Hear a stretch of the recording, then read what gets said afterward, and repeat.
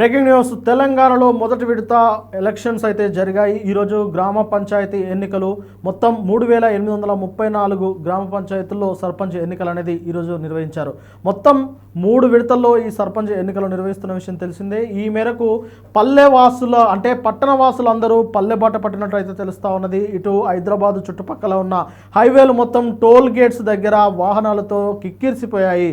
ఈరోజు మొదటి విడత పోలింగ్ నిర్వహిస్తున్న నేపథ్యంలో ఉదయం 7 గంటల నుంచే మొత్తం చుట్టుపక్కల ఉన్న టోల్ గేట్స్ కానీ చుట్టుపక్కల ఉన్న హైదరాబాద్ తదితర ప్రాంతంలో ఉన్న రోడ్స్ అన్నీ వాహనాలతో కిక్కిరిసిపోయాయి. బస్సుల నిండా ప్రయాణికులే, కార్లలో, బస్సులలో, బైకులలో ఏది దొరికితే దానితోటి అంటే ఏ వాహనం దొరికితే ఆ వాహనంలో అయితే కిక్కిరిసిన జనంతో ఈరోజు పల్లె బాట పట్టారు. ముఖ్యంగా పల్లెకి పోతే 10,000 వస్తాయని ఒక కాన్సెప్ట్ అయితే ఇప్పుడు పెద్ద ఎత్తున నడుస్తున్నట్టు చాలా క్లియర్గా అర్థమవుతా ఉన్నది. ఎందుకంటే ఒక వ్యక్తి ఒక పార్టీ నుంచి పోటీ చేస్తున్న వ్యక్తి 3,000 నుంచి 5,000 వరకు పంచుతూ ఉన్నారు. కాబట్టి 2 పార్టీల అభ్యర్థులు పంచే అవకాశం ఉంటుంది. కాబట్టి ఒక వ్యక్తి 5,000 చొప్పున 2 పార్టీల అభ్యర్థులు 10,000 ఇస్తున్నారు. అందుకని చెప్పేసి పల్లెకి పోయి వస్తే 10,000 వస్తుంది. కాబట్టి అందరూ మొదటి విడత పోలింగ్లో తమ ఓటు హక్కును వినియోగించుకోవడానికి తమ గ్రామానికి వెళ్తున్న దృశ్యాలు అయితే ఇప్పుడు సోషల్ మీడియాలో వైరల్గా మారుతూ ఉన్నాయి. అంతేకాకుండా డిసెంబర్ 14న డిసెంబర్ 17న కూడా పోలింగ్లు నిర్వహిస్తూ ఉన్నారు. ఇక డిసెంబర్ 14న నిర్వహించే పోలింగ్ కోసం అంటే కొద్ది గొప్ప ప్రచారం చేయడానికి కూడా ఈ మొదటి విడత పోలింగ్ నాడే బయలుదేరుతున్నట్టు తెలుస్తూ ఉన్నది. ఈ నేపథ్యంలో పట్టణాల్లో ఉన్న కాలనీలు అలాగే పల్లెలకు సంబంధించిన వాసులు ఎక్కువగా అక్కడ నివసిస్తూ ఉంటారు. కాబట్టి వారంతా ఖాళీ అవుతున్నట్టయితే చాలా క్లియర్గా అర్థమవుతా ఉన్నది. అంటే పట్టణాలు ఖాళీ అవుతూ ఉన్నాయి, పల్లెలు నిండుకుంటూ ఉన్నాయి. కాబట్టి ఇప్పుడు పట్టణ వాసులంతా పల్లె బాట పట్టారు. పల్లె వెలుగుల బస్సులను మొదలుకొని ఆటోలు, రిక్షాలు దేన్ని వదలకుండా ఏ వాహనం దొరికితే ఆ వాహనంలో పల్లెల్లోకి అయితే అడుగు పెడతా ఉన్నారు. ఇది నిజంగా ఎన్నికల పండుగ, ఇది ఒక కన్నుల పండుగగా ఉండబోతుంది. ఇక పల్లెకి వెళ్ళిన పట్టణ ఓటర్లు అయితే తమ అభ్యర్థులకు ఎవరికి ఓటు వేయాలో అనేది పట్టణాల్లోనే వారు డిసైడ్ చేసుకుని ఉంటారు. కాబట్టి ఇక పల్లెకి వెళ్ళొస్తే ఎంతో కొంత ఛార్జీల మందము కాకపోయినా ఆ 2 రోజులు పల్లెకు పోయేస్తే ఆ వెసులుబాటుకు సంబంధించిన కూలీ కూడా దొరుకుతుంది అన్న ఒక ఆలోచనతోటే చాలామంది వెళ్తూ ఉంటారు. కానీ కొంతమంది మాత్రం అలా డబ్బుల కాశపడో లేదంటే వాళ్ళు ఇచ్చే ఛార్జీల కాశపడో కాకుండా తమ ఓటు హక్కును, రాజ్యాంగం కల్పించిన తమ ఓటు హక్కును వినియోగించుకోవాలని ఖచ్చితంగా వారు నిర్ధారించుకునే ఓటు వేయడానికి అక్కడికి వెళ్తూ ఉంటారు. ఎందుకంటే గ్రామ పంచాయతీల్లో ఖచ్చితంగా ప్రతి ఒక్కరు ఓటు వేయాలనేది డిసైడ్ అయి ఉంటారు. ఎందుకంటే ఎమ్మెల్యేలు కానీ ఇతర అంటే స్థానిక సంస్థలు కాకుండా అసెంబ్లీ ఎన్నికలు కానీ లోక్సభ ఎన్నికల్లో ఓటు వేస్తే అటు ఎమ్మెల్యే కానీ ఎంపీ కానీ పట్టించుకోడా అన్న విషయాన్ని పక్కన పెడితే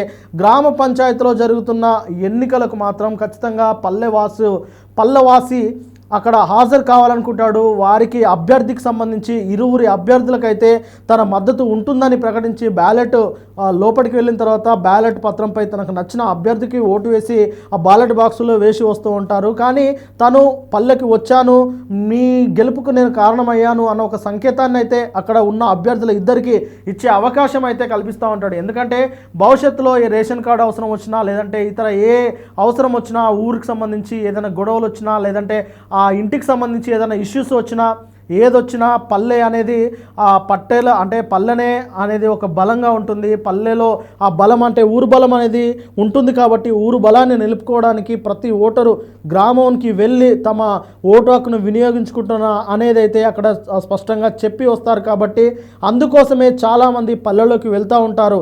అయితే మామూలు ఎన్నికల్లో అయితే వెళ్ళకపోయినా పెద్దగా లోకల్ స్థానికంగా కూడా పెద్దగా ఎవరు పట్టించుకోరు.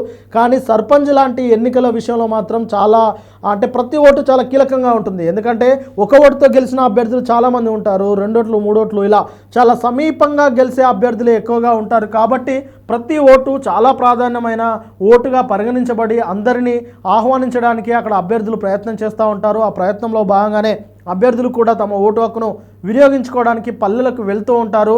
మొత్తం మీద తెలంగాణలో మొదటి విడత, 2వ విడత, 3వ విడత సర్పంచ్ ఎన్నికలు జరుగుతున్న వేళ పట్టణాలు ఖాళీ అవుతున్నాయి, పల్లెలు నిండుకుంటున్నాయి అనేది అయితే ఇది ఒక శుభవార్త లాగానే కనిపిస్తూ ఉన్నది.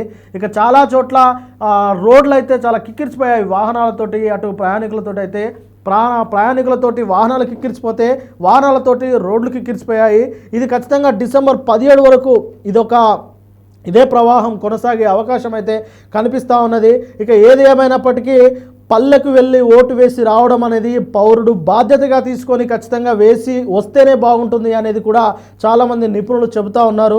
మరి వారి మాట మేరకు కూడా ఖచ్చితంగా తమ ఓటు హక్కును వినియోగించుకోవాలి. రాజ్యాంగం కల్పించిన ఓటు హక్కును వినియోగించుకొని తమ అభ్యర్థిని ఎన్నుకోవడంలో గ్రామ పంచాయతీలు అభివృద్ధి చెందాలంటే గ్రామ పంచాయతీలో సర్పంచ్ అభ్యర్థి బలమైన వ్యక్తిగా ఉండాలి.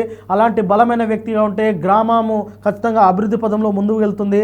మహాత్మా గాంధీ చెప్పినట్టు పల్లెలే పట్టుకొమ్మలు అన్నారు. దేశానికి పల్లె పట్టుకొమ్మలు అని చెప్పేసి మహాత్మా గాంధీ చెప్పినట్టు ప్రతి పల్లె సుభిక్షంగా ఉండాలన్నా అక్కడ అభ్యర్థి అనే వ్యక్తి ఖచ్చితమైన బలమైన అభ్యర్థి ఉండాలి. గ్రామ పంచాయతీకి అంటే పల్లెకి ఏం కావాలి, సీసీ రోడ్ల నిర్మాణాలు కావచ్చు, లైట్లు కావచ్చు, డ్రైనేజ్ వ్యవస్థ కావచ్చు, లేదంటే లైబ్రరీ కావచ్చు, అక్కడున్న ఏదైతే అంటే నిరుద్యోగ యువతకు స్కిల్ డెవలప్మెంట్ లాంటి ఉపాధి అవకాశాలు కల్పించే ప్రోగ్రామ్స్ను ఏర్పాటు చేసేలా పల్లెల్లో వాటిని తీర్చిదిద్దేలా ఉండాలంటే చదువుకున్న అభ్యర్థిని ఎంచుకోవాలని చెప్పేసి కూడా నిపుణులు కొన్ని సూచనలు అయితే చేశారు. ఆ సూచనల ప్రకారమే చాలామంది పట్టణాల్లో సెటిల్ అయిన వాళ్ళు, పట్టణాలలో ఉద్యోగాలు చేసుకుంటున్న వాళ్ళు, పట్టణాలకు వలస వచ్చిన వాళ్ళు, పట్టణాల్లో కూలీనాలు చేసుకుంటున్న వాళ్ళు కూడా అలాంటి అభ్యర్థిని ఎన్నుకొని తమ గ్రామాల్లో ఉపాధి అవకాశాలు కల్పిస్తే కనుక ఇక పట్టణాలను శాశ్వతంగా వీడి పల్లెల్లో వెళ్ళి బ్రతికే పరిస్థితులు ఉంటాయని, అలాంటి పరిస్థితులను కల్పించే అభ్యర్థినే ఎన్నుకోవాలనే ఉద్దేశంతో చాలామంది పల్లెలకు వెళ్ళి తమ ఓటు హక్కును వినియోగించుకుంటూ ఉంటారు. ఇది నిజంగా ఒక శుభ పరిణామాన్ని చెప్పవచ్చు. ఇక డిసెంబర్ 17 వరకు ఇదే తంతు కొనసాగుతూ ఉన్నది. ఆ లోపు పట్టణాల్లో అయితే చాలా ఖాళీగా ఉండే పరిస్థితి కూడా కనిపిస్తూ ఉన్నది. ఇది నిజంగా ఒక మంచి పరిణామమే అని అటు నిపుణులు కూడా చెబుతూ ఉన్నారు. మొత్తం మీద చూడాలి మరి ఈ డిసెంబర్ 17 తర్వాత స్థానిక సంస్థల ఎన్నికలు ముగిసిన తర్వాత మళ్ళా పట్టణాలు ఇదే రద్దీతోటి ఇదే జనంతో కిక్కిరిసిపోతుంది. ఏదేమైనప్పటికీ తమ ఓటు హక్కును వినియోగించుకోవాలని ఒక మంచి లక్ష్యంతో పల్లెలకు పట్టణవాసులు అయితే ప్రయాణం అవడం అనేది శుభసూచకమని నిపుణులు అయితే భావిస్తూ ఉన్నారు.